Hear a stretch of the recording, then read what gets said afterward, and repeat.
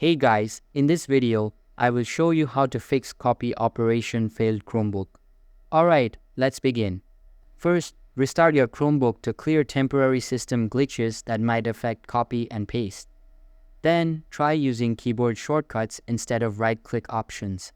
Press Ctrl+C to copy and Ctrl+V to paste. If it still doesn't work, clear your clipboard by copying a small piece of text again to refresh it. Next, check for system updates by going to Settings, selecting About Chromos, and clicking Check for Updates. Updating your Chromebook can fix bugs that cause copy and paste issues. Also, disable any extensions that might interfere with clipboard functions. Restart your Chrome browser or try using guest mode to see if the issue continues. If none of these steps work, perform a power wash or factory reset after backing up your important data. So that's basically how you can fix copy operation failed Chromebook. And that's it for this video. If you find this helpful, consider subscribing and giving this a big thumbs up. Thanks.